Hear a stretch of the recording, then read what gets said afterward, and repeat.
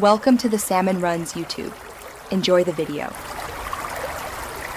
You're in the meeting now. First, confirm the browser or app has permission to use your camera. Once granted, click the three dots menu or the camera preview to open settings. Make sure you're on the video tab so you can see the current camera selection and preview. If you have multiple cameras attached, they'll appear in the drop-down list.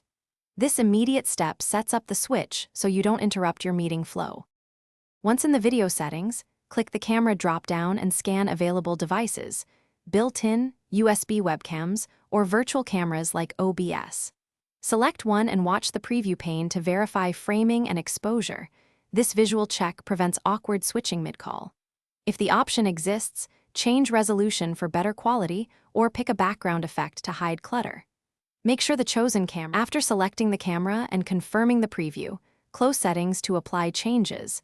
Your feed should update immediately so you can continue.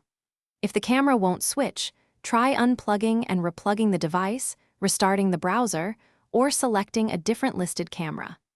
Make sure operating system privacy settings permit camera access and update camera drivers if problems persist. One key troubleshooting tip: restart the meeting tab or app to release any camera lock held by other applications.